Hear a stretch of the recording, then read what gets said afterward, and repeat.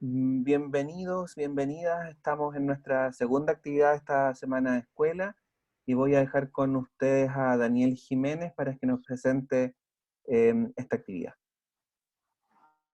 Muy buenos días, estudiantes, compañeros, profesores, autoridades presentes.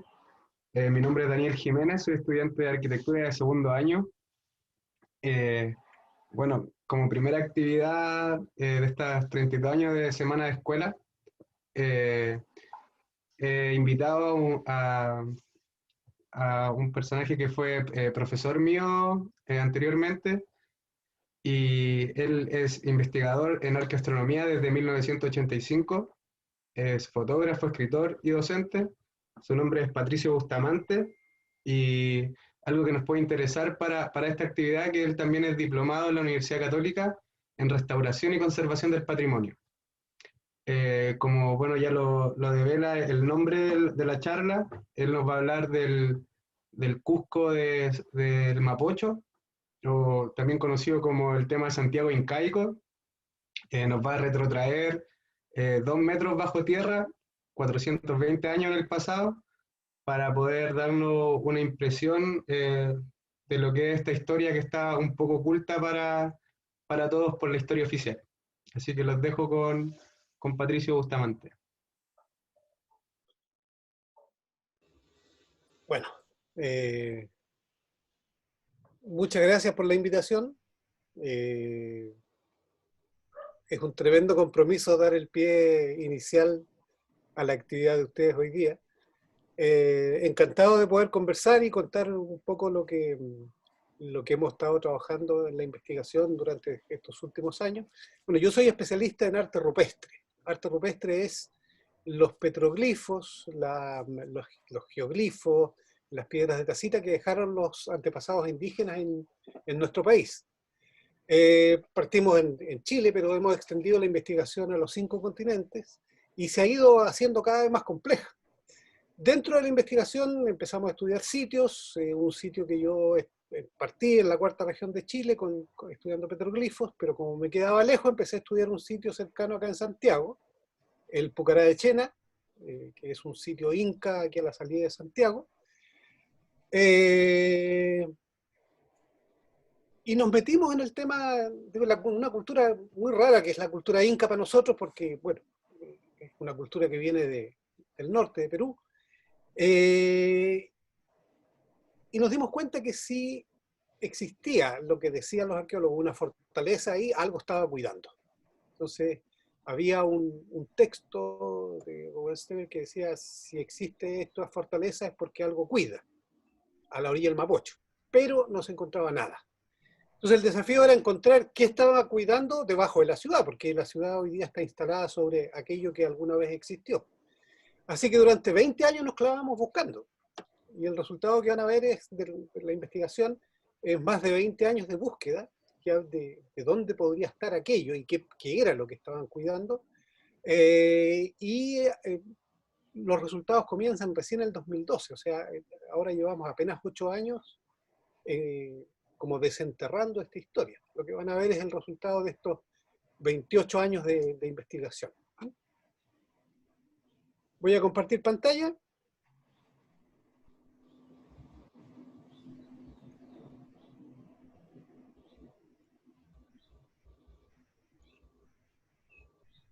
Ya. ¿Se ve?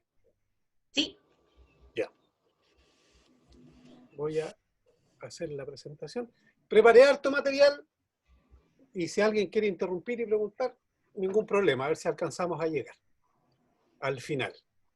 Bueno, lo que tiene ahí es una vista de 360 grados que acabamos de armar con lo que sería lo que había cuando llegaron los españoles.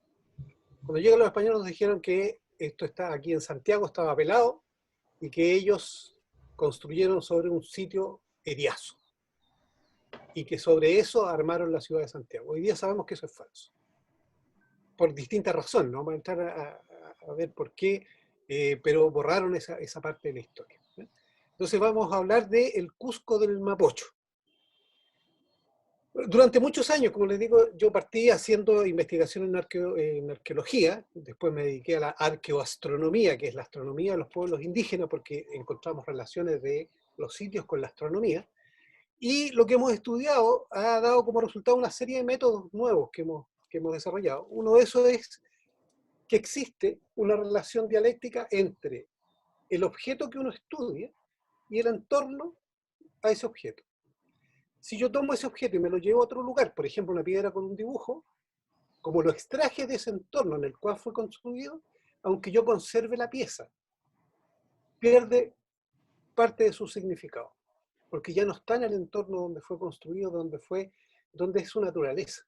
Entonces es súper complejo trabajar en este tema porque si yo me llevo algo a un museo, es probable que lo mate, porque no hay vuelta atrás. Si yo me lo llevé, lo desencajé y no dejé un registro exacto, se perdió. Entonces, esto es una cuestión que hay que considerar y por lo mismo desarrollamos durante el tiempo una metodología que se llama arqueología del entorno. O sea, estudiamos la arqueología, yo trabajo con arqueólogos, somos parte de equipos con arqueólogos, pero la arqueología tiene que complementarse con distintas variables. Por ejemplo, la cultura que generó lo que estamos estudiando, el clima que había en esa época, la biótica, los animales, las plantas, todo los seres vivos que había, porque eso ha ido cambiando. La geografía tiene una importancia radical cuando uno tiene que entender un lugar. Aspectos psicológicos, que no los vamos a ver aquí, pero que son súper importantes para entender por qué y cómo se hacían ciertas cosas. Hay cosas que ocurrieron en el pasado, en la atmósfera, y que hoy día no se ven, pero que ocurrieron y que hay registro de eso y que nos pueden enseñar hoy día cosas que desconocemos. Y la astronomía. La astronomía es fundamental. O sea, vamos a ver una parte de eso hoy día. Bueno, estábamos en esta cosa de desarrollando el tema del entorno y la UNESCO el 2005, nosotros empezamos a publicar el 2002, el 2005 la UNESCO saca esta declaración de Chiang que dice que no basta considerar el sitio, sino que hay que considerar el entorno. Yo durante muchos años he trabajado en bioclimática, trabajé en oficinas que se preocupaban del tema de bioclimática, en arquitectura, fui encargado de eficiencia energética durante 10 años del gobierno de Chile, así que trabajábamos de esa perspectiva. La bioclimática es trabajar con el entorno, en la arquitectura bioclimática. Entonces, por eso que empezamos a introducir estos temas acá, porque yo me daba cuenta que a la arqueología le faltaban estos aspectos. Bueno, hoy día tenemos la declaración de Chiang, del 2005 de la UNESCO, que habla de que el entorno, o sea, no basta proteger el sitio, sino que hay que proteger el entorno.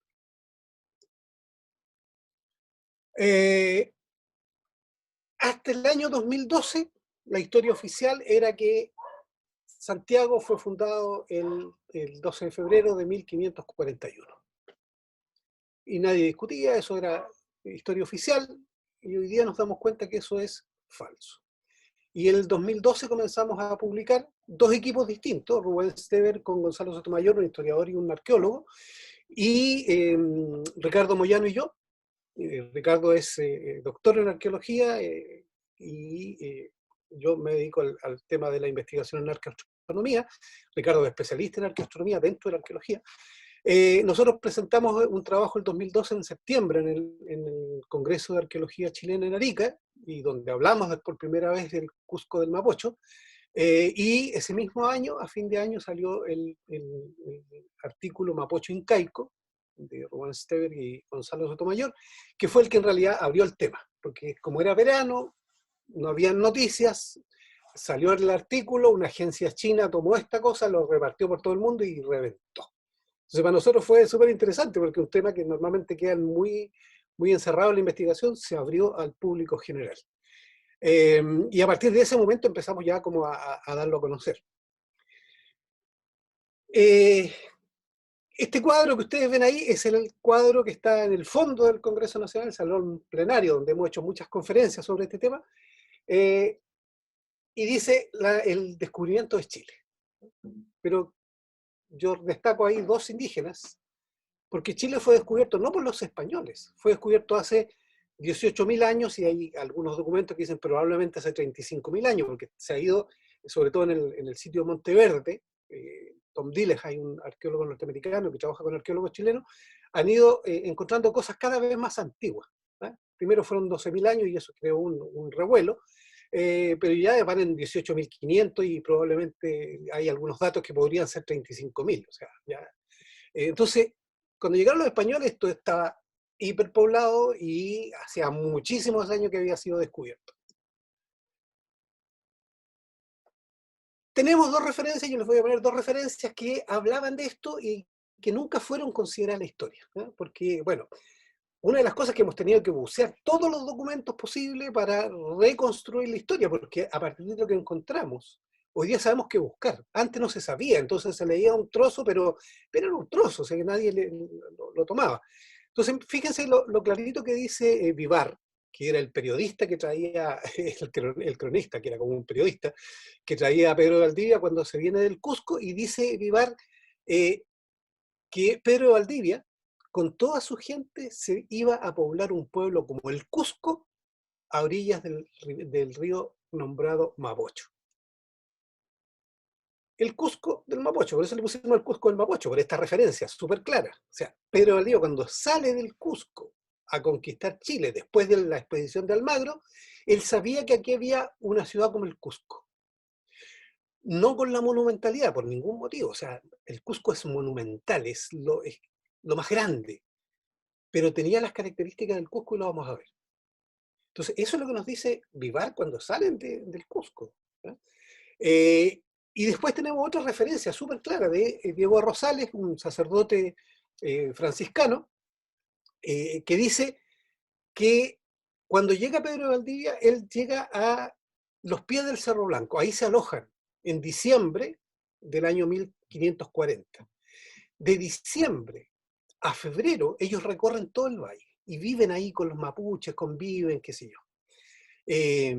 Mapochoes, pero en el fondo son cultura mapuche, lo que hoy día conocemos como cultura mapuche. Bueno, él aloja en la chimba. La chimba significa al otro lado del río, en el Cerro Blanco, y el cacique, Loncomilla, que era el cacique del río Maipo, porque venían los caciques a reunirse con los españoles, a parlamentar, qué sé yo, le dice, no funde aquí, porque Pedro de Valdivia quería fundar ahí, donde estaba toda la gente, una gran cantidad de gente, le dice, funde al otro lado del río, donde los incas tienen su población. Dos referencias súper claras, pero nadie las tomó en cuenta porque no había más datos. Ahora, estaba lleno de datos, pero nadie los había juntado. Entonces, cuando nosotros empezamos a juntar, nos dimos cuenta que faltaba simplemente armar el rompecabezas. Bueno, aquí hay una vista de la Plaza de Armas en distintos momentos, qué sé yo.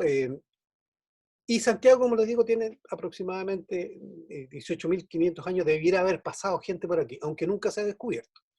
Se ha descubierto en Puerto Montt, pero si llegaron a Puerto Montt y venían del norte, pasaron probablemente por aquí.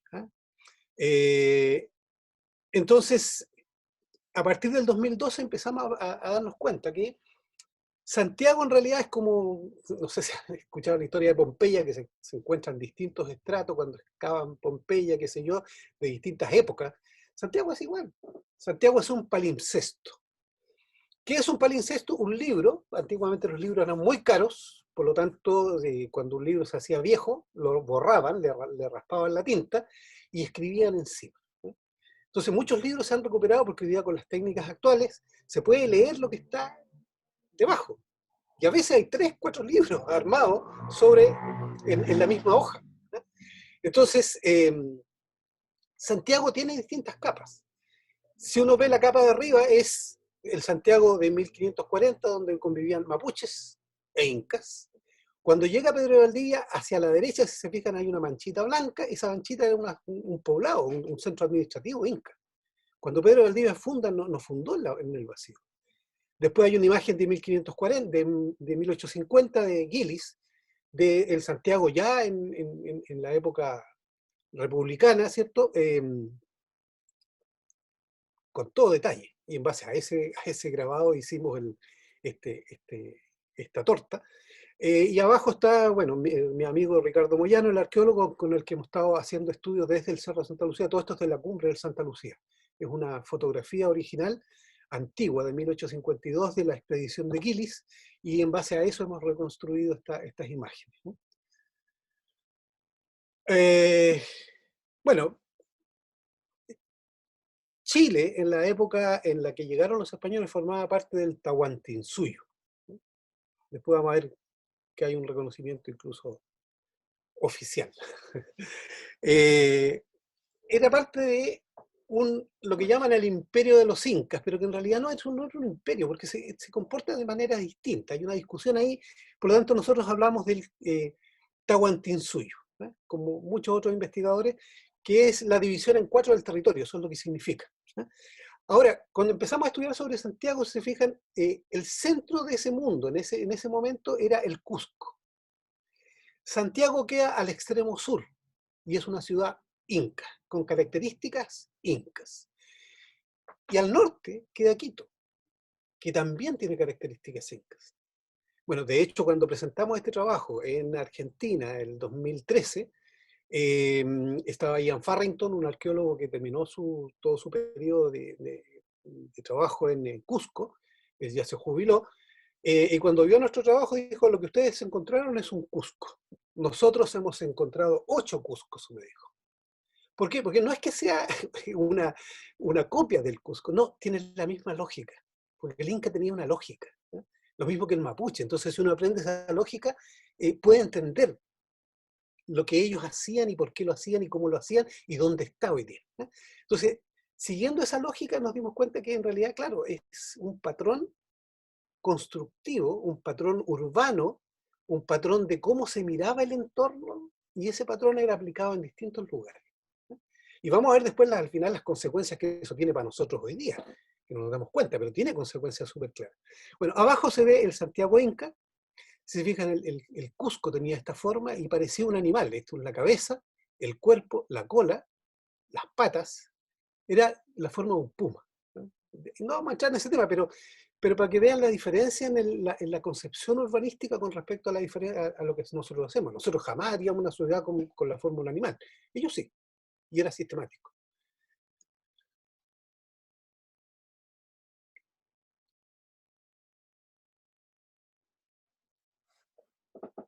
El Tahuantinsuyo se basaba en una red enorme de caminos, pero que no es, le llaman el camino del Inca, pero que no es un camino, es una red, ¿ya?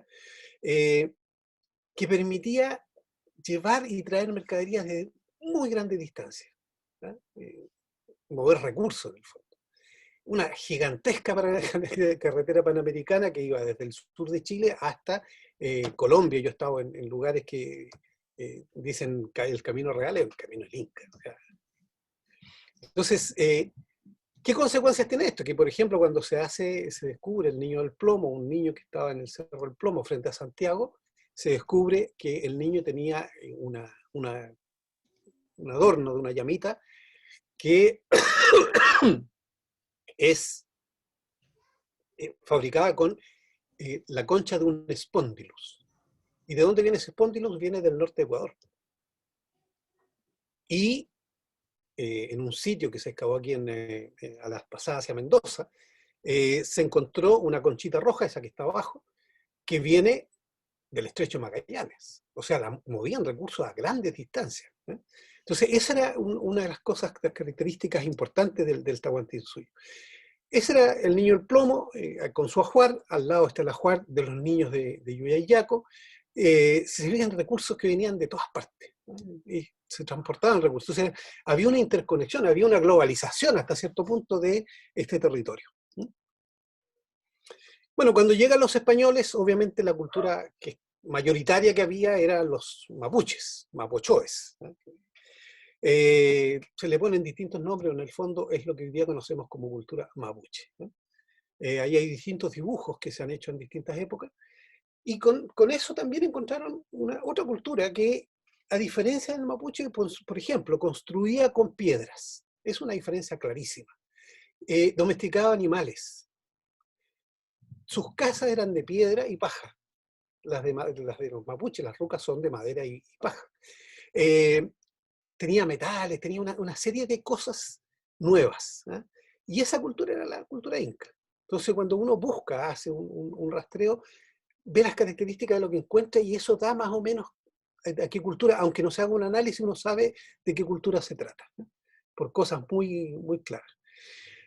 Otra cosa que los españoles nos dijeron, que los indios aquí peleaban siempre y que los mapuches habían enfrentado 30.000 contra 30.000 incas en el Maule y que hay una guerra de 3 días. Y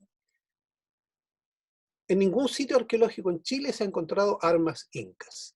Y yo les muestro a la izquierda ahí en la imagen, está lleno, los incas tenían muchas armas, tenían ejército, ¿no? Y hablan del mapuche como un guerrero, un pueblo guerrero en armas. Mentira, esas eran las armas de los mapuches. El mapuche nunca fue un pueblo guerrero, pero sí se defendió y se transformó en un pueblo que se defendía porque tenía que defender su tierra. Pero la lógica era muy distinta. Entonces, lo que nos da a nosotros la investigación, por distintas razones, aquí no me alcanzará a ver todo, pero es que el mapuche acepta al inca. Por eso que no hay armas acá. El inca no entra como guerrero, sino que entra como comerciante. Empieza a ampliar los caminos y trae cosas y lleva cosas. Cuando llegan los españoles, habían embajadores de Chile en Cusco. Entonces hay una convivencia. Cuando llega Pedro de Valdivia, encuentra una convivencia entre mapuches e incas. Ahora, ¿por qué habla de las guerras y todo? Porque para poder matar al otro, lo mismo que hicieron para poder entrar a Irak, a Estados Unidos, tienes que descalificarlo primero. Para que te apoye tu pueblo, tu gente, tus reyes, tienes que descalificar y decir, no, si estos gente son todos malos, son todos guerreros, se mandan entre ellos, así que hay que arrasar con ellos. Carta blanca. Entonces, pero lo que nos da la evidencia arqueológica es bastante distinto. Entonces hay que leer las crónicas con mucho cuidado porque en realidad cuentan cosas que son verdaderas y cosas que son considerablemente falsas. Bueno, como decía, Pedro de Valdivia llega al Cerro Blanco. Esta es una imagen de la piedra de Tacitas que hay en el Cerro Blanco, aquí en la parte norte de Santiago, frente al cementerio. Es una piedra que tiene hoyitos, ¿ya? Que era un sitio ceremonial, y era un sitio mapuche. Y en ese sitio vivían, según un cronista, 35.000 personas y según otro, 19.000 personas. Una cantidad enorme de gente para la época, de todas maneras. Entonces, y aquí hemos hecho una recreación de cómo es este ambiente. Trabajamos con recreaciones 360 grados para que se entienda, porque las imágenes son súper importantes. Entonces yo, como soy fotógrafo, soy diseñador, me dedico a gran parte de mi investigación a transformarla en imágenes. Ahí están imágenes de los mapuches que fueron tomadas de los dioramas de Serraytug, que es un artista, ayer tuvimos su casa, que reconstruye la historia de Chile con figuritas de madera que están en el metro muchas veces. Bueno, lo que hoy día sabemos es que cuando llega Pedro de Valdivia, funda, aquí hay una imagen 360 de la Plaza de Armas, funda sobre un poblado inca. Entonces lo que nos dicen, fundó sobre un peladero. Mentira, o sea, aquí al fondo yo le saqué, sobre la foto saqué trozos, le saqué por ejemplo el correo, y donde está el correo hoy día estaba la casa de Equilicanta, que era el gobernador inca. Y donde está hoy día la catedral, aquí a la izquierda, yo puse la Cayanca, que era el templo inca. Porque cuando llega Pedro Valdivia esto estaba poblado. Y él usa el sitio poblado y tenemos el plano. Entonces, claro, no hay ningún lechero que diga aquí se instaló Pedro Valdivia sobre esto, pero eso es lo que nos da cuando uno empieza a ver de manera crítica lo que la evidencia. Dentro de las cosas que encontramos cuando hicimos el análisis de los planos de Santiago, nos dimos cuenta que había cosas raras. Por ejemplo, acá la iglesia San Francisco está de la línea de construcción de la calle Alameda, está fuera de la línea, muy pegada a la vereda. Entonces, lo que nos daba eso es que esa tiene que haber sido una edificación muy antigua y que probablemente, por las características que tenía, estaba sobre un templo inca. Lo dejamos anotado en un artículo que hicimos, y este arquitecto, Natalia Jorquera, el año 2015, hizo una excavación, consiguió permiso y excavó la iglesia de San Francisco porque estaban estudiando las estructuras que no se habían caído con los terremotos, y la iglesia de San Francisco no se ha caído con los terremotos desde el comienzo. Entonces, cuando hicieron la excavación se dieron cuenta de que debajo había un cimiento que no es ni mapuche, porque los mapuches no construían con piedra, ni es español. La única posibilidad es que sea Tahuantinsuyo, inca. que tenía está hecho con bolones redondos, que cuando empezaba el terremoto estos bolones se mueven, que es lo típico de las casas de campo hoy día, y producían un efecto antisísmico, que es lo que se hace hoy día con estas bolas que se ponen debajo del edificio para que giren, qué sé yo. Bueno, eso lo hicieron los incas hace cientos de años. No puede ser español porque los españoles no sabían que había terremotos. Entonces, si hay un sistema antisísmico es inca. Como les digo, no hay un letrero que diga esto es inca, pero no hay otras posibilidades más. Bueno, hay otro equipo, como les decía, Gonzalo Sotomayor, con Rubén Stever. Rubén es arqueólogo, que trabajó muchos años en el Museo de Historia Natural, y Gonzalo Sotomayor, historiador. Una mezcla bien rara para el medio chileno, pero que dio muy buenos resultados, porque ellos encontraron también muchas cosas, como las que encontramos nosotros. Ahora, como somos amigos, afortunadamente nos intercambiamos información. De hecho, ahora con Rubén estamos haciendo una página web para mostrar toda esta información. Lamentablemente, Gonzalo ya no está porque falleció, se enfermó de leucemia y hace el 2015 falleció. Y ellos hicieron una excavación, por ejemplo, en la iglesia, aquí en el patio de la Catedral de Santiago. Para llegar al terreno inca tuvieron que excavar casi 3 metros, 2,90 m, creo. Y ahí encontraron el piso inca. Entonces sabemos que donde está la catedral había un templo inca. Entonces, obviamente hay los libros de extirpación de la idolatría, le decían, donde hay un templo, haga una iglesia. Donde hay algo sagrado, ponga una cruz. Había instrucciones así precisas. Bueno, donde está la iglesia, donde está la catedral, estaba el templo inca. El año 2011 se hicieron una serie de excavaciones en el Museo Precolombino y en 1 metro cuadrado encontraron, creo que son como 2.000 trozos de cerámica inca cusqueña. O sea, eso ya había dado un indicio de que algo grande había aquí cerca del centro, pero nosotros el año siguiente publicamos el Santiago Inca. Entonces, indicios había muchos, muchísimos. Por ejemplo, se había encontrado, cuando se hizo el metro Quinta Normal, la estación de metro, se encontró este cementerio inca. Son piezas del cementerio que nunca han sido exhibidas. O sea, si uno no es investigador y no sabe que esto existe, la gente no sabe. Esto está debajo del Museo de la Memoria, en ese sector, ¿no? Y nunca ha sido expuesto hasta ahora, pero había un cementerio inca, al final de la calle Catedral, que da por la Plaza de Armas.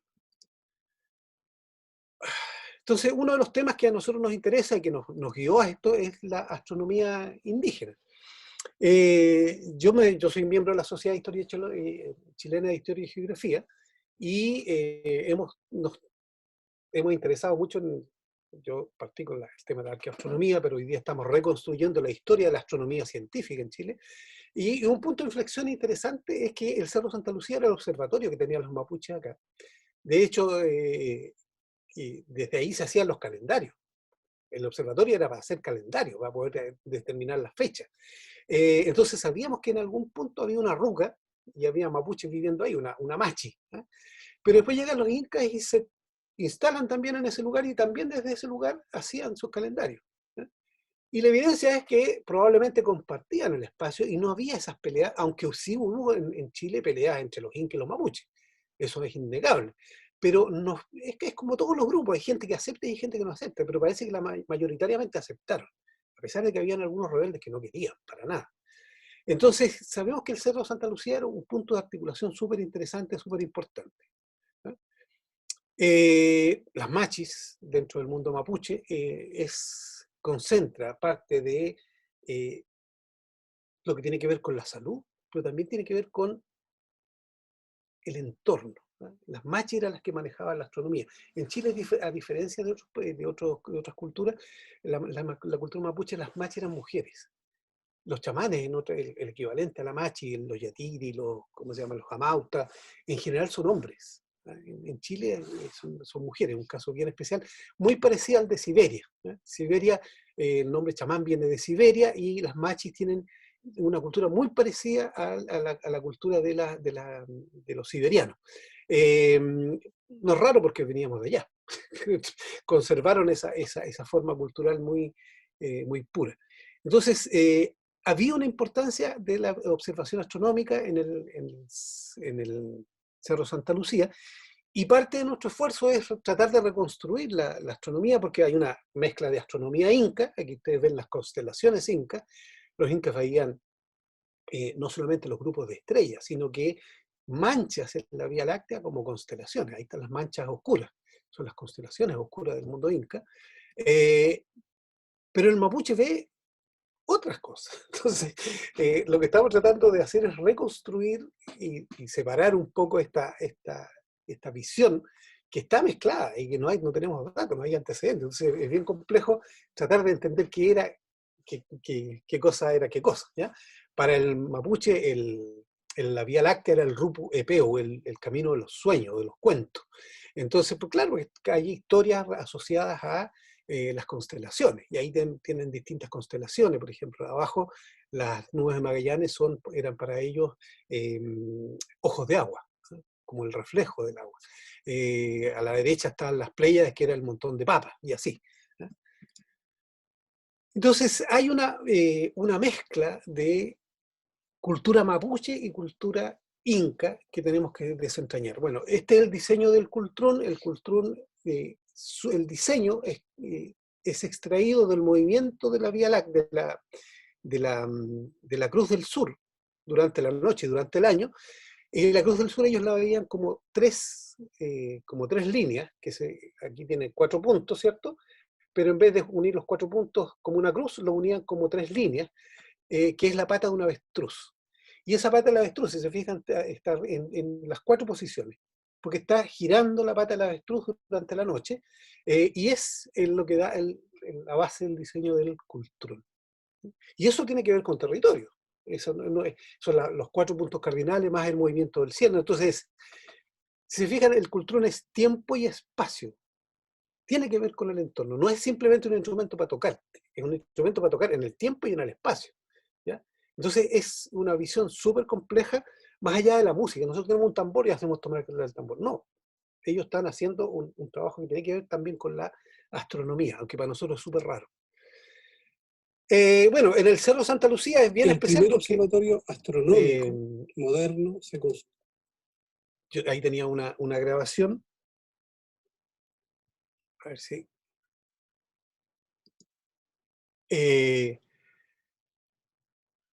el primer observatorio astronómico moderno que se construye en Chile, el gobierno contrata a un señor que se llama Gillis, que era un teniente de la Marina norteamericana, que venía con una expedición científica, le compra los instrumentos y él construye esa casita, que es una casita redonda, que era el primer observatorio científico en Chile, pagado por el gobierno.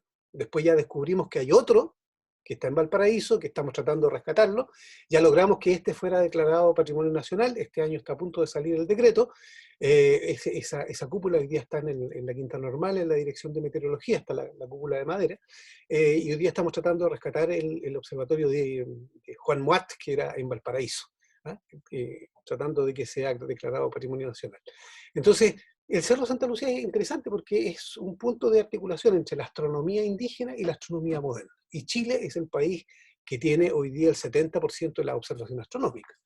Entonces, desde aquí se hacía observación astronómica, tanto inca como el inicio de la astronomía moderna. Entonces, un punto de articulación. Ahí está la profesora María Teresa Ruido y José Massa, que son hoy día grandes astrónomos. Bueno, ellos son los descendientes de las machis y los sacerdotes incas, que no sabemos quiénes eran, nunca vamos a saberlo, pero que hacían sus observaciones en el lugar, ¿eh? Entonces es un punto de articulación interesante para nosotros desde el punto de vista de la historia de la astronomía. Hoy día Chile es el país que tiene la observación astronómica más potente del planeta, son casi el 70% de las observaciones que se realizan.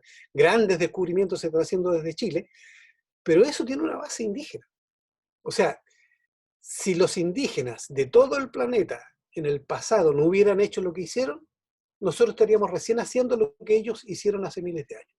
Tendríamos que estar partiendo. Entonces, la astronomía moderna, y eso es un esfuerzo que estamos tratando de hacer, es que la astronomía moderna reconozca que hay un antepasado indígena. La astronomía hasta el año 1850, 1860, está dedicada a la meteorología y al posicionamiento global. era para darle la posición, por ejemplo, a los barcos que venían que recorrían el mundo. Entonces estaba asociada la astronomía con la navegación y con el clima. No era investigación astronómica pura de los objetos espaciales. Hoy día se ha despegado de todo lo otro, pero antiguamente estaba muy ligado. Y en el mundo originario era absolutamente una sola cosa con todo lo otro. Con el clima, con los calendarios. Entonces, si uno mira la Plaza de Armas, eso era la Plaza de Armas en el pasado. Ahí yo estoy poniendo los edificios como son hoy día, para tener una visión de cómo era la Plaza de Armas más o menos. Era un poblado inca, era un poblado ahí le pusimos muros para diferenciar las calles.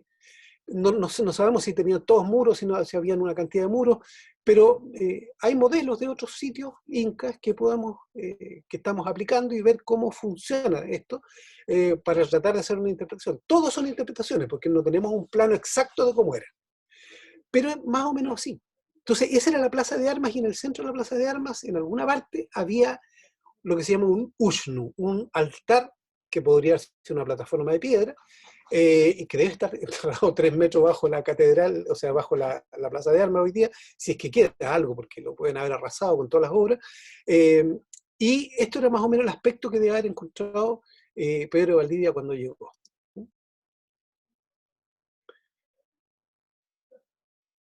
Ahora, como a la orilla al otro lado del Mapocho había mucha gente, aquí tiene que haber sido, por ejemplo, la Plaza de Armas tenía que haber sido un centro súper especial para cuando se hacían ceremonias.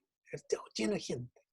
Por ejemplo, aquí está la ceremonia, pusimos una imagen, armamos un monito de lo que puede haber sido cuando llegó el niño del plomo, porque tiene que haber pasado por Santiago, tienen que haberlo presentado, de eso no hay ninguna historia, solamente nos podemos imaginar, y después se lo llevaron hacia arriba. Entonces tiene que haber sido una fiesta enorme, lleno de gente, porque todo esto era una cosa festiva, no era una cosa funeraria. Entonces estamos recién tratando de entender cómo funcionaba eso humanamente. Ahí hay una vista así como para formarse una idea de lo que era lo que había. Entonces tenemos esa imagen ahí con monitos que se mueven, qué sé yo, para hacerlo más atractivo, más entretenido para la mayoría de la gente. Pero eso más o menos debe haber sido el aspecto de Santiago. Entonces hay, como les digo, estamos viendo varios modelos, que yo les voy a mostrar 2, de cómo debe haber sido la forma física de Santiago. Aquí se ve la Cayanca, que era el templo inca, aquí se ve lo que era la casa de Quilicanta, que era el gobernador inca, que después fue la casa de Pedro Valdivia, y la Plaza de Armas con su Ushnu, y aquí estaría, aquí abajo estaría el Museo de Historia, Museo de Arte Precolombino, donde se encontraron estas piezas cerámicas. Ahí tiene que haber habido algo importante, porque obviamente tanta cerámica indica que había algo. Una vista, si hubiéramos tenido un helicóptero, eso es lo que hubiéramos visto o un dron, eso es lo que habríamos a la visto. ciudad de Santiago, por la forma. Se me fueron estos, tienen sonido, nunca habían sonado, ahora están sonando. Entonces, sobre eso construye Pedro de Valdivia el damero. El Alarife Gamboa, mandado por Pedro de Valdivia, construye el damero. Se fija, la Plaza de Armas era cuadrada, o relativamente cuadrada. Entonces, y cuando uno ve el plano de cómo se repartieron, da el damero. Y los españoles se repartieron las casas de los incas. Y en muchas partes las casas de los incas tenían formado una especie de tablerito de ajedrez. Bueno, aquí se ve la calle Catedral, que termina en un cuadradito verde a la izquierda. Eso es el cementerio inca. Entonces la calle Catedral era el eje oriente-poniente, y la calle Bandera era el eje norte-sur. Está dividido en 4, en una cruz. Tahuantinsuyo. Está entre 2 ríos, como el Cusco, el río Mapocho, y el brazo del río Mapocho, que era la Alameda, la Cañada, y que dejaba dentro de este espacio, en una especie de isla, el Cerro Santa Lucía, que era el observatorio, el Cerro Sagrado. Sabíamos que era sagrado, y hoy día encontramos un documento que muestra claramente que es que fue construida un cerro entre los ríos, sagrado. Bueno, esto es el mapa más antiguo que tenemos, reelaborado por Tomás Taller Ojeda. Él nos dice, en esa época no había el sistema de referencias que tenemos hoy día. Él simplemente dibuja lo que los españoles se dividieron. Y de ahí da el tablero de ajedrez. ¿Qué se dividieron los españoles? Las casas de los incas. Entonces ahí, se fijan, eso es lo que nos da cómo era el poblado inca. Ahora, la Plaza Mayor tenía construcciones hacia el norte, hacia el oriente y hacia el poniente, pero no hacia el sur, coincidentemente con las plazas o las aucaypatas de los incas en todo el Tahuantinsuyo. A veces no tenían hacia el sur, a veces no hacia el norte, bueno, esta no tenía hacia el sur construcciones. Entonces, sobre esa trama base, que era las casas de los incas, se construye el damero de Santiago. Y ahí está la gente que se repartió los... Entonces tenemos una visión de... Perdón. Tenemos una visión... Algo está pasando con...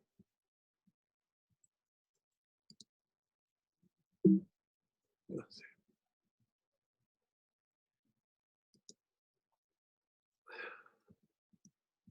Ahí está.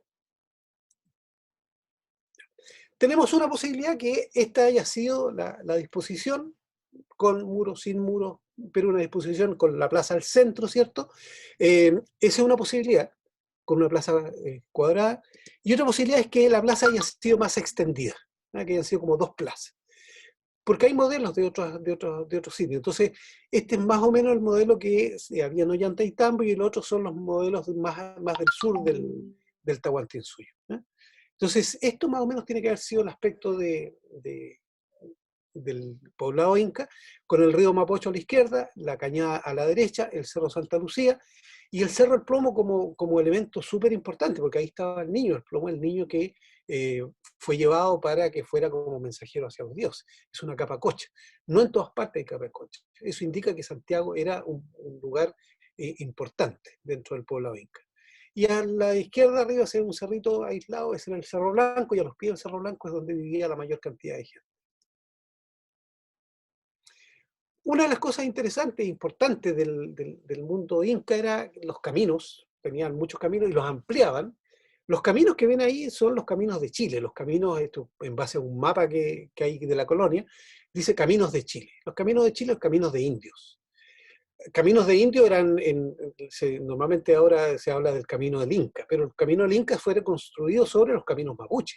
Entonces este es el mundo mapuche superpuesto el mundo inca y superpuesto nuestra ciudad. Nuestra ciudad, las calles principales son calles indígenas, calles mapuche, inca y después españolas.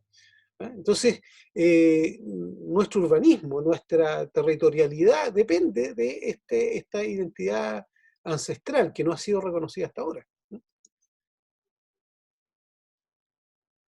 Si uno extiende el mapa, bueno, todas las carreteras están hechas en base a eso. O sea, y si uno se fija dónde están los pucarás, bueno, es donde están las ciudades de indios, están a la orilla de estas grandes vías, que son hoy día nuestras carreteras, pero que en el pasado eran las carreteras de los mapuches y después de los incas.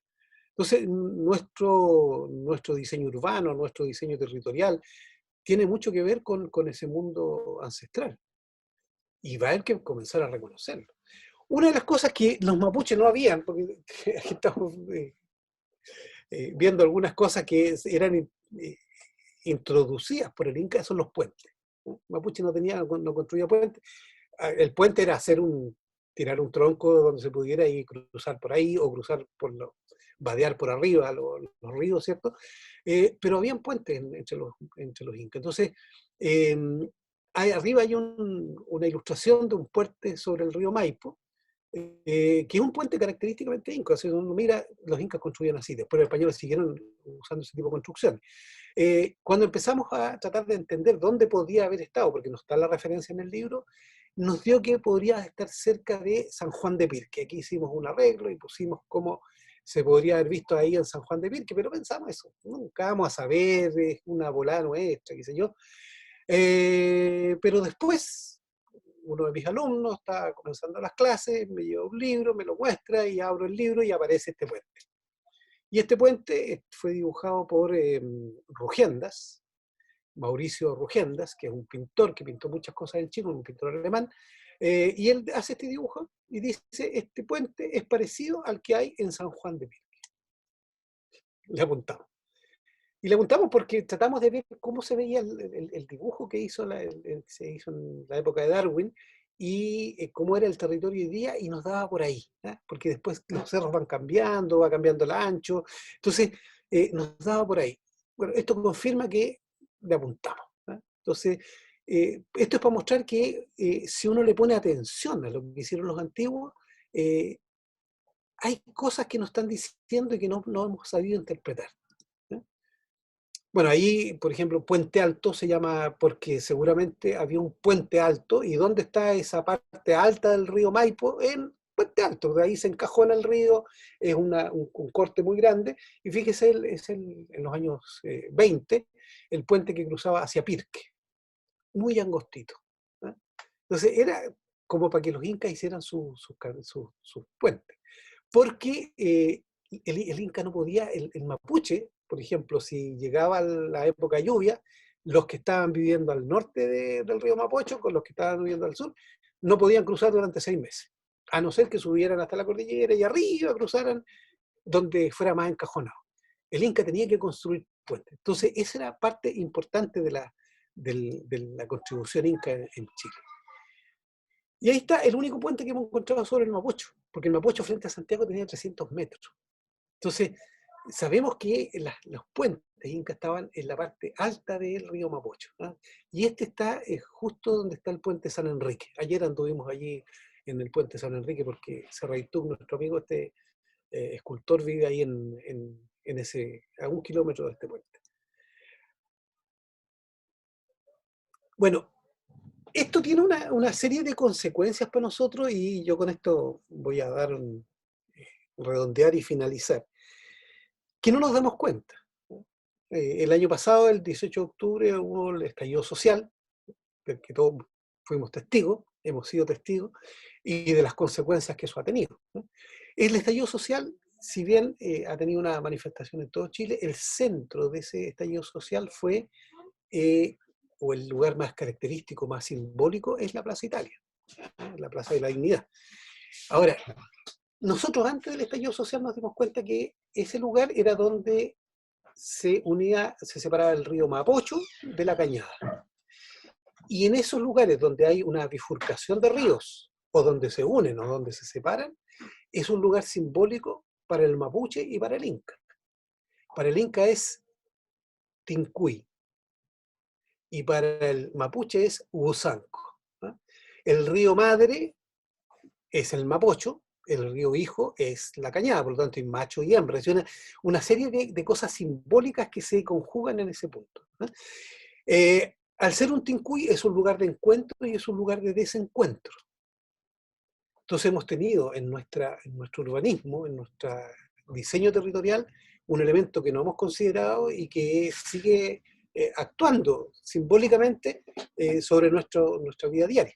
Estábamos en esta cuestión, viendo el Tincu, porque tratando de entender el urbanismo inca, y nos dimos cuenta, oh, mira que hay un Tincu. Y empezamos a estudiar el Tincu, y llevé a un amauta amigo para mostrarle el Tincu, porque él es de la cultura inca, ya falleció un año después, para decirle, mira, encontramos el Tincu, aquí está, y fuimos, hicimos siempre se hacen ceremonias, qué sé yo, para reconocer los lugares.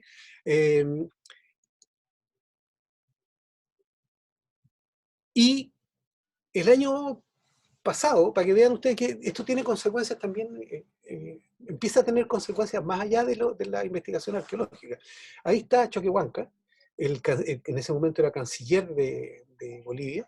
Me pidieron que le diera un paseo por Santiago y le mostrara lo que habíamos encontrado del mundo inca, porque Inca está Guantinsuyo, y una de las peleas con Bolivia que nos decían, ustedes no pueden usar el charango, no pueden usar las diabladas porque ustedes no son tan Guantinsuyo.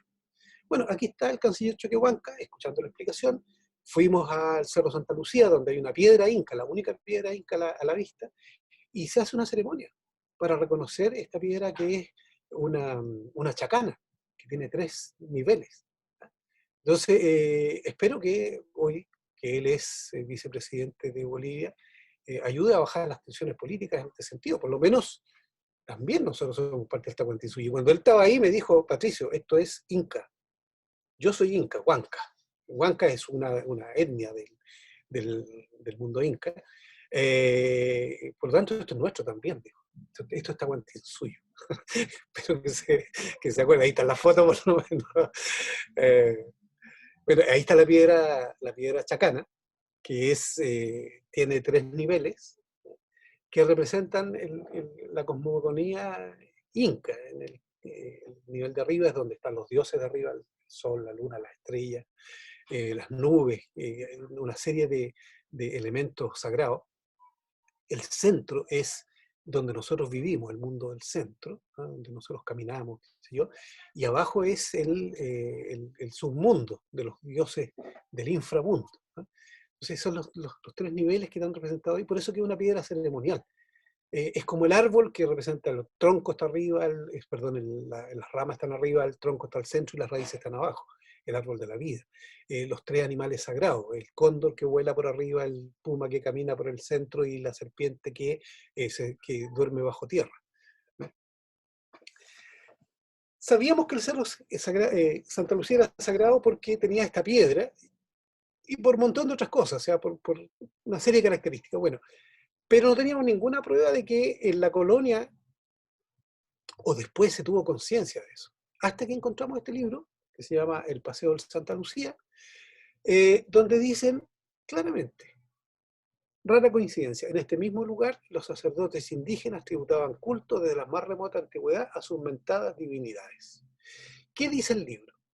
Que cuando se funda Santiago, en el Cerro Santa Lucía, se hace una ceremonia de fundación, que es la que aparece en el cuadro de Lira, o del Subercasó, donde se muestra Valdivia fundando Santiago, ¿cierto?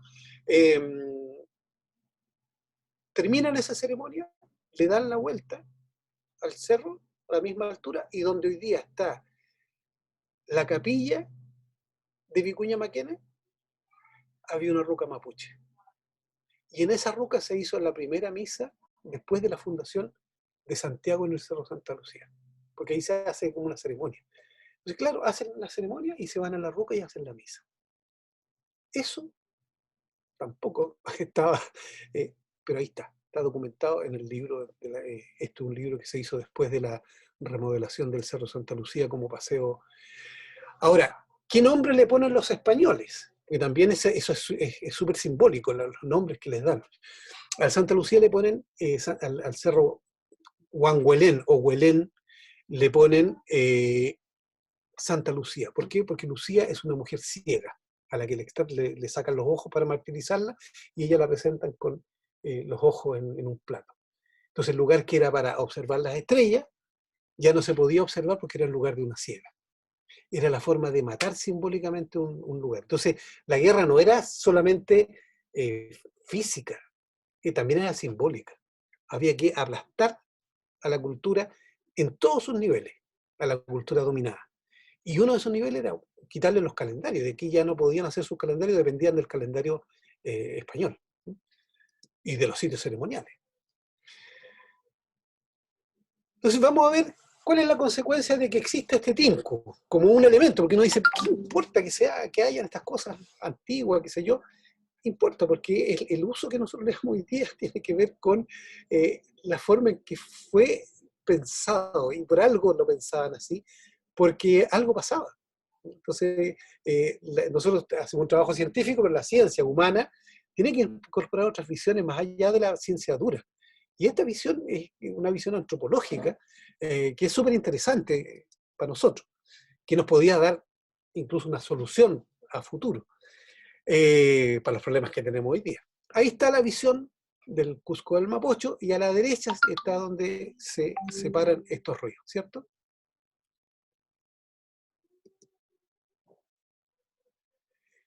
¿Qué evidencia tenemos de que existe el Tincuy? Porque hay un autor, Pibonca, que dice que no, que esto no había, nunca hubo un curso de agua por la Alameda. Pero hay libros que sí, y hay mapas que sí. Entonces, ¿qué evidencia hay de que existía este curso de agua? Ahí está. Un mapa del 1600 de Tomás Taller Ojeda, un mapa de Claudio Gay, un mapa de Fray Guzmán y una copia del plano de Fray Guzmán. todos muestran el ígloo de agua y cómo se une en un punto con el río Mapocho. Hay dibujos de la Alameda con un curso de agua por el medio. Entonces sabemos que por lo menos la planimetría existía. O lo inventaron todos o existía. Pensamos que lamentablemente, como era un lugar fuera de la ciudad, nunca íbamos a encontrar un dibujo o algo que nos mostrara eso. Nos equivocamos, afortunadamente. Pasó en el año 1795 una expedición que se llama Malaspina, y ahí fíjense el dibujo que hace Brambilla, que era un pintor que traía la expedición, una expedición científica. Esa es la calle Alameda, el tajamar de la Alameda y el Tincuy, en el círculo amarillo. Bueno, y después encontramos el dibujo de Bauzá, de 1764, que muestra casi lo mismo, es un esquema, pero muestra el mismo punto y la misma separación. Entonces tenemos como referencia los tajamares del Mapocho. Ahí le vamos a poner una lupa para ampliarlo. Ahí está el punto en que se separaban las aguas del río Mapocho. Termina el muro y pasa el agua hacia la Alameda. Entonces tenemos los planos, los dibujos. ¿Dónde está hoy día el Tincuy? ¿Dónde está ese punto de separación? Ahí está Providencia, ahí está el monolito que hay en Providencia, los que lo conocen. Están los tajamares, ese monolito está al borde de los tajamares.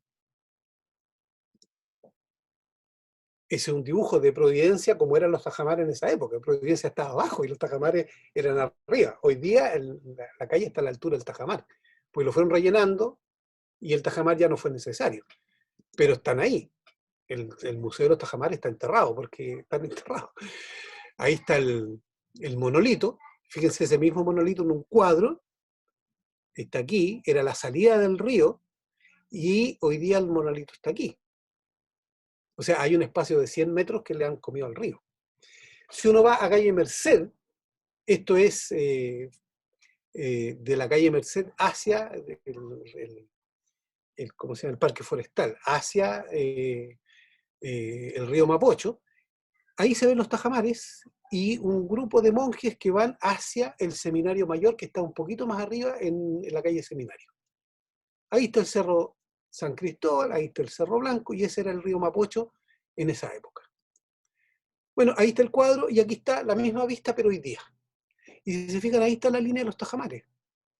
La vereda son los tajamares. Por donde están los monjes es por donde caminamos hoy día. Aquí está la foto, es el muro, con los refuerzos.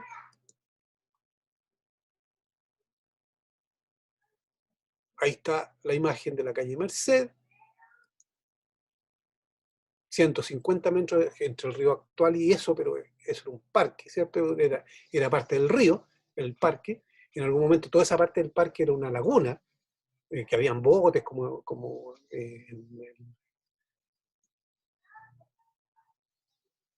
y ahí está, si uno continúa las líneas que vienen de Providencia y las líneas que vienen desde Merced, ahí está el espacio vacío entre los tajamares. Por ahí estaba el Tincuy. El Tincuy está en la Plaza Italia. Ahí, donde termina la Plaza Italia, esa placita que tiene a esa mujer que está con un león, esa es Plaza Italia, al frente está Plaza Baqueano. Bueno, ahí está el Tincuy. En alguna parte por ahí el agua salía desde el río Mapocho, y eso estaba muy bajo, o sea, hoy día está muy alto. Pero era una bajada y por ahí salía el agua y se distribuía hacia la Alameda. ¿Qué pasa con ese lugar hoy día? Cuando hay celebraciones, cuando gana la Roja, por ejemplo, cuando gana un partido de fútbol importante algún equipo, todos al Plaza Italia, Plaza Baqueano, hoy día Plaza La Dignidad, a celebrar. Entonces ahí son fotos de celebraciones que se han hecho, qué sé yo, grandes concentraciones de gente feliz. Pero también tiene la connotación inversa. Un Tincuy es un lugar de encuentro, pero también es un lugar de desencuentro, donde hay un Tincuy en Bolivia que es famoso porque la gente se junta, se ponen de acuerdo y empiezan a pelear. Representantes de distintas comunidades se ponen y se dan combos hasta que cae sangre, incluso ha muerto gente. ¿Por qué? Porque el Intincui es un momento de encuentro, pero también es un momento de resolver diferencias. Cuando yo me encuentro, puedo resolver diferencias. Entonces, simbólicamente es muy complejo como lugar. Y el Tincuy de Santiago es complejo como lugar, cumple las características de un Tincuy, ¿eh? Simbólicamente. Entonces las peleas políticas están ahí.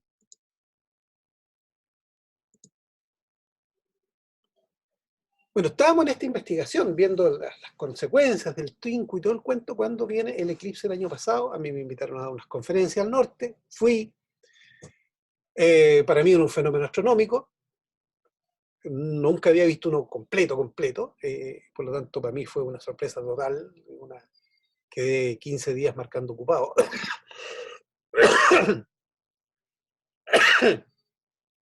Porque es un momento simbólico súper fuerte para las culturas ancestrales, porque donde tiene que haber luz irrumpe la oscuridad, se rompe el orden natural. O en la noche, cuando está la luna llena, de pronto, ¡pum!, se oscurece. Entonces es una irrupción que rompe los ciclos naturales, entonces anuncia algo raro, ¿eh? Y para el mundo mapuche claramente anuncia, si se fijan, esto es un trozo, una frase de un libro de, ¿cómo se llama?, Wenumapu, que dice que para el mapuche el eclipse anuncia desgracia, hambre, violencia. La gente no va a tener qué hacer.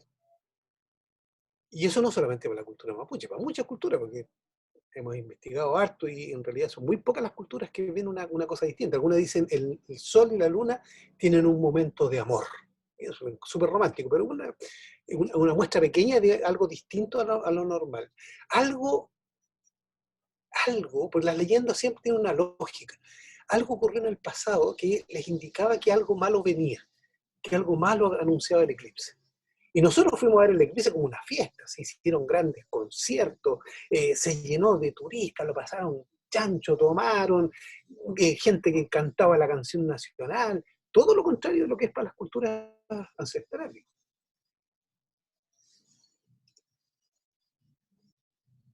Y viene el estallido social. Después del eclipse, como, simbólicamente anuncia la visión mapuche, viene el estallido social, 18 de octubre, 2-3 meses después del... Y ahí está el Tincuy, el centro, el epicentro de todas estas gigantescas concentración que se realizó en el centro de Santiago. Entonces sigue siendo el lugar de encuentro y el lugar de desencuentro, porque aquí mientras la gente se reunía también son las peleas con la policía, o sea, aquí todos los viernes hay una concentración hoy día y muchas veces se ha pintado y repintado y recontrapintado el General Baqueano porque es una pelea, ¿no? Es un lugar también de confrontación, pero además separa los barrios altos y los barrios bajos, ¿cierto? Que es una característica de los tincos. Entonces, tiene una serie de connotaciones simbólicas interesantes. Ahora, para mí fue súper chocante cuando veo esta imagen y la bandera mapuche al tope, porque es como simbólicamente retomar el tinco, que en Palmapuche es el gusanco. De hecho, había grupos mapuche que ya habían hecho su propia lectura del lugar. Antes de que nosotros hiciéramos nuestra lectura del tinco, ellos habían hecho su lectura como mapuche de esta separación de agua, y habían hecho obras. Yo trabajo con grupos mapuche, pero yo no sabía lo que estaban haciendo. De repente cuando yo dije, oye, mira, encontramos el tinco, sí, nosotros encontramos lo mismo, pero en lo mapuche. Bueno, y una de las cosas ha sido simbólica el protagonismo de los mapuches, ¿no?, de los indígenas. Los incas no está presente porque el inca no es el conflicto es con el mapuche hoy día. Entonces, hay todo un tema de iconoclastía, romper los iconos, ¿cierto? Las peleas, esta guerra campal con la policía. Otra cosa simbólica es que todo el sistema neoliberal comienza en Chile, el experimento neoliberal, con esto de Friedman, los Chicago Boys, qué sé yo.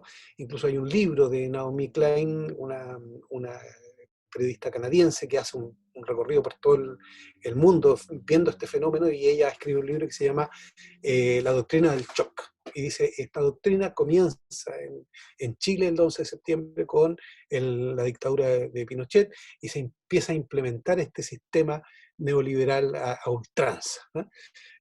Bueno, en Chile comienza y en Chile, si se fijan, también hay un remesón a nivel mundial, porque todos empiezan a ver que Chile, que era el ejemplo que ponían en todas partes, no era tan ejemplo. Entonces, también hay un remesón que tiene que ver con lo global. Bueno, imágenes como esta, o sea, yo encuentro increíble que el contraste que se produjo entre el arte, ¿cierto?, la manifestación artística y esta cosa de violencia que se está generando. Y después nos cae el coronavirus.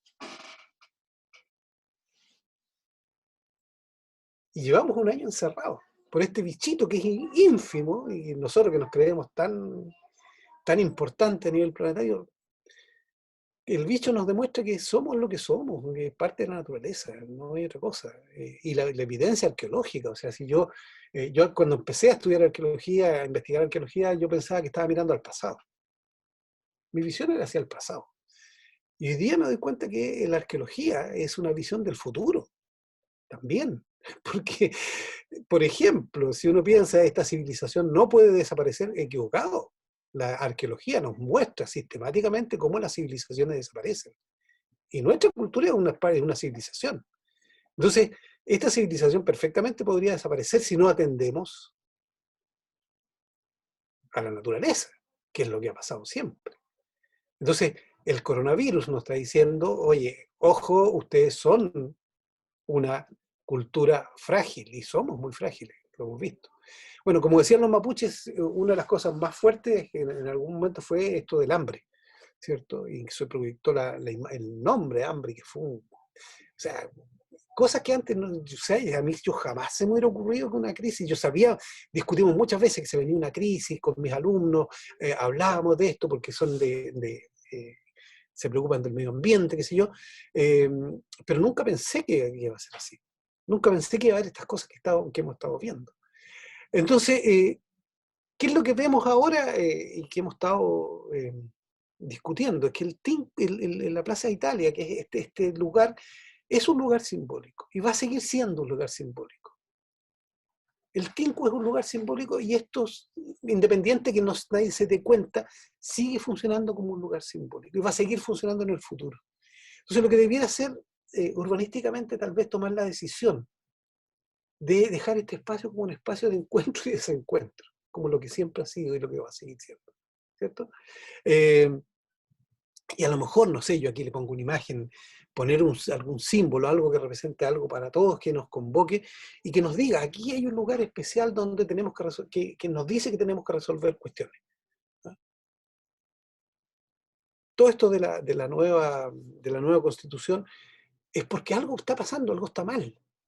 Y algo tenemos que resolver. Bueno, este es un lugar que nos está diciendo también, resuelvan esto, porque si no va a ser un conflicto eterno.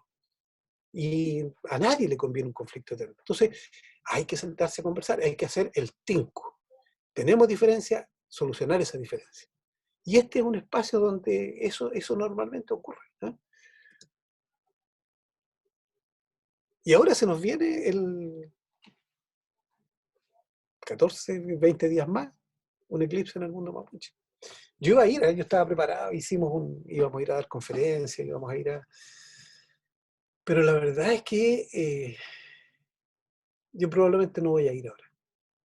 Por todo lo que ha ocurrido, por todo lo que hemos encontrado, por lo que significa simbólicamente para el mundo mapuche, no es una fiesta. Y la gente cuando va a estas cosas va en son de fiesta. Entonces, yo creo que parte de nuestra responsabilidad como investigadores, a pesar de que somos científicos y que tenemos que ser rigurosos, esto es ser riguroso también. O sea, aceptar que hay otras visiones. Y que nuestra visión científica racional viene de hace 100 años, 200 años, y que se confronta con visiones, con otra racionalidad, con otra forma de hacer ciencia, que son milenarias. ¿Cuántos miles de años lleva la gente aquí? Por lo menos 500 años sabemos que los mapuches tenían estas visiones, los incas, ¿eh? Están documentados en las crónicas. Entonces, y este se da exactamente en el mundo mapuche. Entonces, aquí yo les pongo esta imagen con este sonido, porque yo durante muchos años subí al volcán Villarrica, este es el volcán Villarrica, que va a ser el centro del escenario, es el Rucapillán. Yo trabajo con machi de la zona, y después que me invitaron, qué sé yo, me di cuenta que ellos, el Rucapillán, el volcán Villarrica para ellos era sagrado, igual que para mí, porque yo subí muchas veces. Y yo le pongo ese sonido porque era el sonido que yo escuchaba. Cuando dormía a los pies del volcán, arriba en los bosques de Araucaria, era el ruido constante, o más suave, pero era el ruido constante, un ruido de un murmullo, que para mí no anunciaba nada malo, o sea, para mí anunciaba que el volcán está vivo. Era la forma del lenguaje del volcán. Entonces, en este escenario es donde se da este eclipse ahora. Con esto, coronavirus, con estallido social, con esta visión de redescubrir el mundo inca que está bajo nuestros pies, reconocer el mundo mapuche que está bajo nuestros pies con este mundo inca, para nosotros tiene un significado súper potente. Hemos hecho varias conferencias sobre este tema, porque, claro, está, como les digo, la visión científica pura, pero está la visión científica que tiene que aceptar que hay otras visiones, y esas visiones también tienen algo de información interesante que entregar. Ahora, ¿cómo se va a desarrollar en el futuro? No sabemos, porque es parte de lo que estamos viviendo.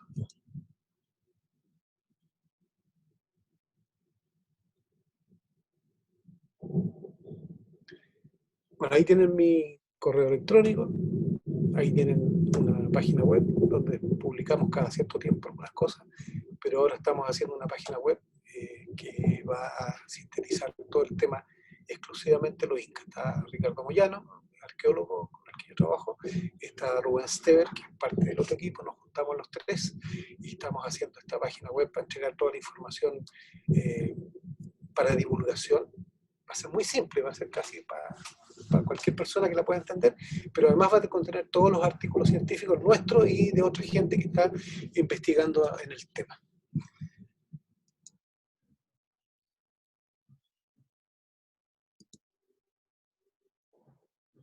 Ya. Como siempre me pasa, ahora yo les veo la cara a ustedes, sé que están ahí. Con mis alumnos veo una lista, entonces yo siempre les digo, están ahí porque perfectamente podrían conectarse e irse a tomar desayuno, a pasear y dejarme, pero a ustedes les veo la cara. Bueno, esa era la conversación que quería tener con ustedes hoy día, contarles un poco lo que hemos estado haciendo. Bueno, agradecer la disposición y la clase magistral que desarrolló. Y bueno, estarían quedando como unos 12 minutos antes del siguiente bloque de patrimonio. Así que, si el profesor está dispuesto, podríamos hacer algún tipo de pregunta, una o dos preguntas que puedan salir desde los participantes.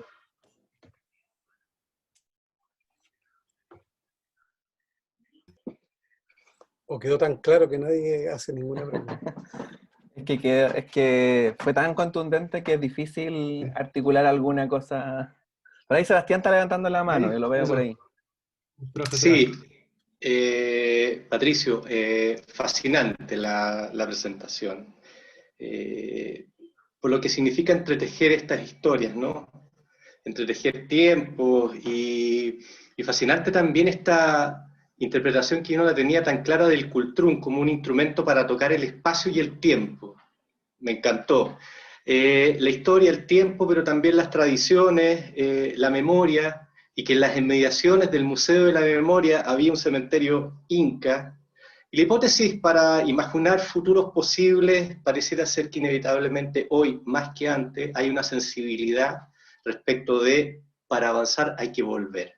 Y esa es una hipótesis que en el mundo, por lo menos en el campo de la historia, está agarrando mucha más fuerza, ¿no? Para poder imaginar futuros posibles necesariamente tenemos que volver. Y no tenemos que volver cronológicamente en una línea temporal a nuestra historia occidental, sino que tenemos que volver a nuestros orígenes, a nuestras tradiciones, al mundo ancestral. Me parece también fascinante el Tinku como un punto crucial. Esta zona cero que también se ha denominado, ¿no? Zona cero. Y cómo desde el Tinku uno entiende el vínculo que hay con el puente de San Enrique y arriba con el Plomo. Mi pregunta es, ¿qué pasa hacia abajo con la desembocadura? Y del Tinku, ¿qué relación hay con el Maipo? Hoy día tenemos el Canal San Carlos, ¿no es cierto?, que es una obra posterior, moderna, de ingeniería, pero que también tiene que ver un poco con esta misma concepción de los tajamares. Entonces mi pregunta es, ¿qué pasa del Tinku a la desembocadura del Mapocho y qué pasa del Tinku hacia el Maipo? Bueno, son preguntas que estamos tratando de responder, porque, o sea, 20 años nos demoramos en darnos cuenta, porque sabíamos que debajo de Santiago había algo, pero Santiago es enorme, está lleno de cemento. ¿Dónde estaba lo que había? Claro. No teníamos pistas. Una vez que nos dimos cuenta, por este patrón que es el patrón tahuantinsuyo de construir cosas, que tampoco es tahuantinsuyo porque viene incluso de antes. Si uno va a culturas anteriores a la Inca, el patrón hasta cierto punto se repite. Entonces, al poner esta plantilla nos dimos cuenta dónde estaba, pero eso implica que después tenemos que empezar a entender todo el resto, cómo funciona. Y como no hay antecedentes, hay que ir buscando trocitos a trocitos. Entonces, por ejemplo, sabemos que había en la calle San Pablo el camino que comunicaba con la costa. Y están los mapas y dice camino a la costa. Y era el camino de los incas. Y los incas que vivían, que estaban, por ejemplo, en el Pucará de Chena, comían mariscos frescos. ¿Qué significa? Que había un sistema de repartición de marisco tan rápido que permitía que no se echaran a perder entre la costa y los consumieran. Porque el marisco es venenoso si uno lo consume. Entonces, uno empieza a darse cuenta que ahí hay un sistema que no entendemos bien. Está lleno de cosas que no entendemos. Parecía que entendíamos mucho y hoy día nos damos cuenta. Yo cada vez me doy cuenta que somos más ignorantes. Por ejemplo, los quipus. Hoy día sabemos qué son los quipus. Claro. Tenemos los quipus. Sabemos que se usaban en juicios para leer cosas y se leían en el juicio. El quipu Camayoc leía en el juicio, pero nadie sabe cómo lo leían. No sabemos lo que eran, sabemos para qué servían, pero no sabemos cómo se usaban. No tenemos los códigos. Entonces, y eso pasa en todo, o sea, los códigos, los colores que usaban, por ejemplo, los ponchos eran códigos. El poncho del Inca era el pasaporte, y por dónde iba, le miraban el poncho y sabían de dónde venía, a qué clase pertenecía, qué tipo de actividad realizaba, porque eran códigos. Todos esos códigos se perdieron, entonces hay que de alguna manera reconstruirlos. Sabemos que estaban, sabemos que existían, sabemos que funcionaban, pero no sabemos cómo. Una investigación en curso. Afortunadamente, pues eso es lo entretenido, porque imagínate si supiéramos todo. No, mejor claro. Cerramos los libros, nos vamos para la casa y dejamos ahí que cada uno lea lo que quiera y ya se sabe, ya se sabe. Pero hoy día nos damos cuenta que no sabíamos nada, pensando que sabíamos todo. Y eso lo encuentro Hay una artista chilena que se llama Cecilia Vicuña que hizo una performance muy bonita que se llama El Quipú Menstrual, que es el recorrido de la sangre desde el Plomo hasta la desembocadura del Mapocho, ¿no? Que intenta justamente vincular esta idea y el código del Quipu con la momia del Plomo y la desembocadura, que es algo que le interesa especialmente. Por eso te hacía la pregunta, que es algo que no se ha abordado con tanta evidencia. Exactamente, porque hay muy poca evidencia. De todo Claro. hay muy poca evidencia, ¿no? Son trocitos que hemos ido encontrando. Por ejemplo, Exacto. ¿dónde están los muros? En Santiago, de los muros incas, y había una ciudad. Bueno, se encontró un muro debajo de la compañía de bomberos. Ahí en el centro de Santiago se excavó, Rubén Esteban encontró un murito. Pero son pedacitos, porque no podemos sacar la ciudad, levantarla y ver qué hay debajo. Claro. Entonces, sobre esas pequeñas pistas tenemos que ir reconstruyendo esta historia. Y son pistas de todo tipo. Yo aquí no abordé el tema astronómico, que nos da una serie de pistas súper interesantes para saber cómo funcionaba. Porque el mundo inca funcionaba con la astronomía. El urbanismo era astronómico. El urbanismo era simbólico. El urbanismo era bien distinto a lo que es nuestro urbanismo. Consideraba una serie de patrones que nos sirven para interpretar lo que hoy día hay. Entonces, nosotros desarrollamos investigaciones absolutamente no invasivas. No tocamos nada, y mientras menos se toque, mejor para nosotros. Entonces, sin tocar nada, hay que detectar lo que se encuentra, ¿sí? Y hay que interpretarlo. Gracias, profesor. Gracias. Hay otra manito levantada ahí de Eder. Sí, hola, buenas. Bueno, mi pregunta va más como proyectando en realidad, teniendo en cuenta los descubrimientos de Quilicura hace un tiempo atrás en la misma extensión del metro. Hace poco también en Santiago se descubrió restos también arqueológicos. ¿Cómo lo ve usted, profesor, justamente como el futuro de la arqueología de aquí a 5 años, de aquí a por ejemplo, reconstituir lo que son, por ejemplo, en el norte las mismas chinchorros, que en ese sentido es algo pendiente que tiene Chile, es un patrimonio cultural que tiene Chile, pero que no es valorado. Sentimos, o yo siento personalmente. Entonces, ¿cuál es la mira al futuro para la arqueología, para la investigación en la arqueología y su trabajo? Eso. Bueno, yo me dedico a pelear por el patrimonio. Yo me he hecho bastante enemigos peleando, tratando de defender este patrimonio, porque este patrimonio está desapareciendo rápidamente. Con nuestro desarrollo acelerado, las mineras, las empresas constructoras, con o sin intención, hacen desaparecer el patrimonio, porque se instalan sobre los lugares patrimoniales. Entonces, es una lucha constante entre la modernidad y el patrimonio. Ahora, lo que decía el profesor recién, ¿cómo construir el futuro? ¿Cómo armamos este futuro mirando al pasado? Pero nosotros tenemos una visión súper rara, miramos el pasado atrás y el futuro adelante. Pero ¿cómo? Miren las pequeñas consecuencias, gigantes consecuencias que puede tener esto. ¿Cómo miran algunas culturas esta misma situación? El pasado lo emplazan adelante, porque es lo que se conoce. Y el futuro va atrás, porque es lo que desconocemos. Somos caminantes que no caminamos hacia adelante, sino que vamos caminando hacia atrás, hacia un futuro desconocido. No sabemos lo que hay adelante. Y lo único que tenemos para orientarnos en ese futuro es lo que está en el pasado, lo que conocemos. Entonces la visión del pasado debiera ser fundamental para la construcción del futuro, porque si no repetimos los mismos errores. Y es lo que está ocurriendo. Entonces, si no conocemos el pasado, no podemos proyectar correctamente el futuro. Por ejemplo, yo le digo, mire, a nivel global, a veces hay consecuencias como el Tinku, que es una cosa muy local, ¿eh? Solamente ocurre aquí en Santiago y en algunos lugares. Bueno, ocurre también en Bolivia. En un diplomado que hicimos me decían que hay una cosa muy parecida en Bolivia y en otras partes. Por ejemplo, en el tema global del cambio climático, ¿el Amazonas es natural o es construido? ¿Qué creen ustedes? La selva del Amazonas. Es natural. No es natural. Lo hicieron los indígenas, esa es la evidencia arqueológica hoy día. Ellos construyeron lo que se llama una tierra, un tipo de tierra que se llama terra preta, tierra negra, que se hace con restos de cerámica, con carbón, quemaban plantas, hacían carbón, la mezclaban con restos de cerámica, con restos de pescado que comían, y con algo más que no se sabe. Esa terra preta se fueron haciendo paños, y con eso fueron cultivando el Amazonas. El Amazonas es un territorio cultivado. Y eso es la evidencia arqueológica hoy día.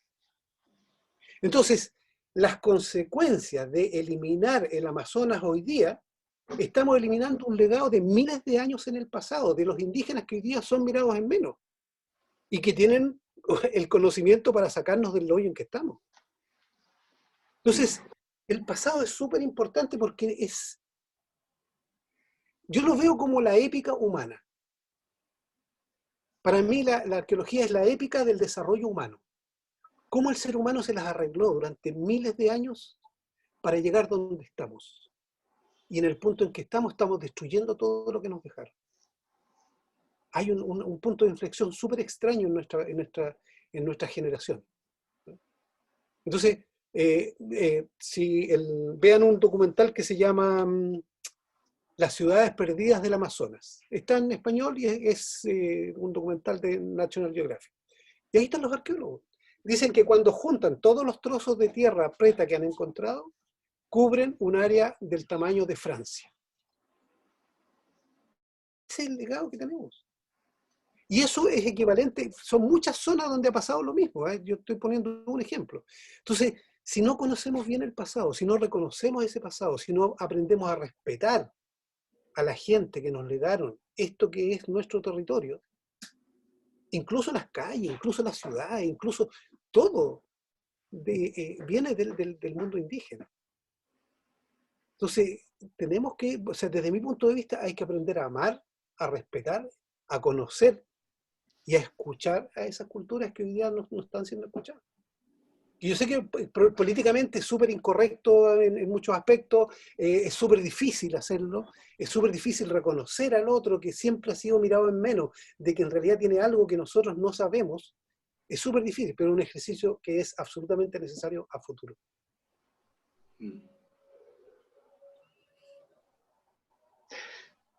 Patricio, muy breve, esta relación de la cronología como línea versus el ciclo, donde el principio es el final. Yo tengo la impresión, y es una impresión simplemente, de que este último tiempo, el concepto de ciclo, ya sea el ciclo de la naturaleza, el ciclo del agua, donde no hay principio ni final porque estamos constantemente naciendo y muriendo, ¿no es cierto? Incluso ahora cuando se habla de la depresión o la fatiga o todas las cuestiones emocionales producto justamente del encierro, entenderlo como un momento propio de ese ir y venir, esa fluidez, ese constante movimiento, también que aparece de alguna otra forma en el cultrún, o sea, la figura del círculo. Yo que hago clases de historia, muchas veces la dictadura de la cronología, ¿no? De una fecha lineal donde vamos pasando por hitos, ¿no es cierto? Y que por lo tanto no nos permite entender esta dimensión mucho más holística, integradora, de interdependencia de los fenómenos, de los hechos, de las circunstancias, etc. Yo creo que ahí hay un cambio de paradigma de nuestra cultura occidental en el entendido de que, qué bonito lo que dices, ¿no? O sea, caminar mirando el pasado. O sea, lo que tenemos al frente es justamente eso. Y nos cambia ahí las coordenadas, que también creo que es muy importante. O sea, tanto las coordenadas espaciales, cómo nos orientamos, como estas coordenadas temporales, que logran al espacio cargarlo de sentido. Bueno, en las culturas ancestrales el ciclo es fundamental. Sí. Entonces, una ceremonia a la que me invitó una machi con la que llevamos muchos años en relación, yo le preguntaba sobre esto y me mostró un balay. No sé si sabes lo que es un balay. No. Es como un plato hecho de fibra que va en espiral. Va desde lo más ancho a lo más angosto en espiral. Una espiral que se va cerrando hasta que termina en un círculo muy pequeño. Y es grande, es un plato grande. Y me decía, es eso, los ciclos, la espiral. Esa es la visión de tiempo. Nuestra visión es evolucionista. Claro. De lo peor a lo mejor. A eso quería apuntar también hace rato cuando lo tocaron el mismo tema, o sea que efectivamente los occidentales tenemos esa mirada lineal y cronológica del tiempo. Ya cuando hacemos la línea de tiempo, además siempre avanza de izquierda a derecha, o sea, hay un tema de avanzar, hay un tema como semántico de avance, ¿ya? Pero justamente todas las culturas, ¿cierto? En el tema de los ritos, ¿ya? Porque nuestra generación, o sea, nuestra modernidad, hemos perdido la riqueza de los ritos. ya sean religiosos, ya sean lo que sean, ¿ya? Pero el tema del rito es el que hace esa vuelta, que hace que el tiempo sea atemporal, entre comillas. Al revivir un rito, yo revivo ese tiempo. Al revivir un rito, al tener ese espacio de la ritualidad, ¿cierto? El tiempo desaparece y vuelvo al momento que da lo mismo en qué párrafo, en qué momento, en qué lugar de esa línea está, tengo la posibilidad de ir volviendo y de ir retomando. Entonces, en el fondo, la línea y el ciclo, ese ciclo, la línea y esa flecha como hacia atrás que hace, puede ser en cualquier momento, pero nosotros como cultura occidental hemos perdido totalmente esa conexión, ¿cierto? Con el rito, con el revivir, con el volver a experimentar atemporalmente toda esa cultura y toda esa enseñanza que, que hemos perdido. O sea, esa desconexión se ha ido produciendo paulatinamente y el tema del rito lo hemos perdido totalmente. Entonces, esa vuelta atrás, el volver a mantener, ya no lo tenemos. Y eso es lo súper bonito que tú pones, ¿cierto?, con el tema del Kultrún, que en el fondo es tocar el tiempo y el espacio, o sea, es volver hacia atrás, es volver a ese rito especial.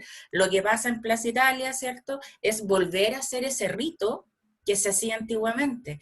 Y en la misma ciudad hay muchos ritos que los hemos ido perdiendo por el tema de esta proyectividad lineal hacia un futuro que no sabemos cómo es, pero tampoco estamos retomando lo que nos impulsa a ir. Entonces esa mirada, eso de avanzar hacia el pasado, me hace mucho sentido, lo encuentro muy, muy, muy bonito.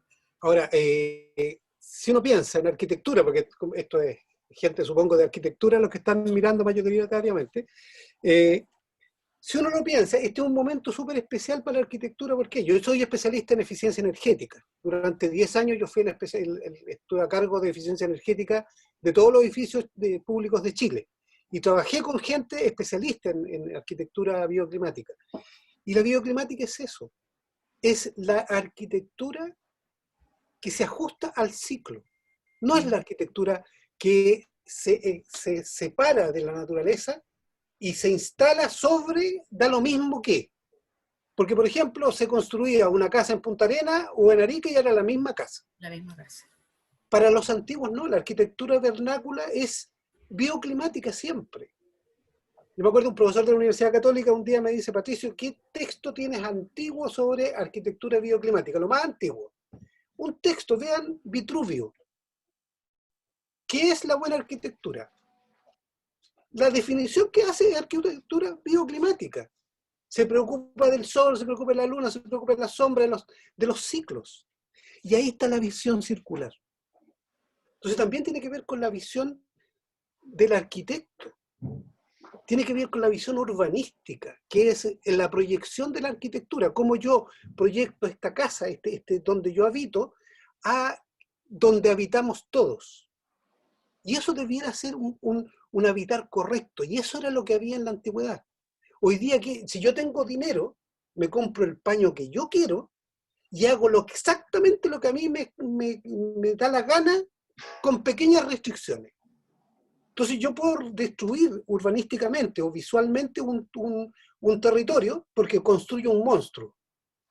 Tenemos ejemplos a la mano, yo no voy a decir ningún ejemplo porque alguien podría estar involucrado, pero sabemos de monstruos que se han construido donde no debieron jamás haberse construido.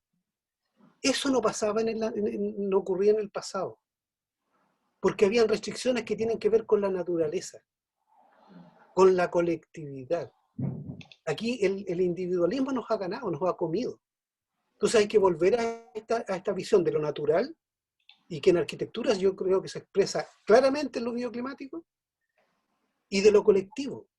Porque no porque yo tenga dinero voy a poder hacer cualquier cosa, aunque destruya al otro que está al lado mío de cualquier manera.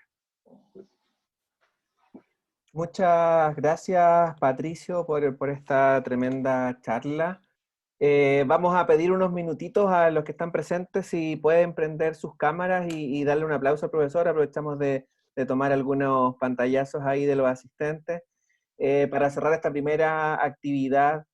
El profesor Patricio nos va a seguir acompañando, así que podemos seguir haciéndole preguntas. Así que eso, un aplauso grande. Gracias a ustedes. Y Muchas gracias, felicitaciones profesor. por la celebración de su aniversario. Que sean muchos años más. Muchas gracias.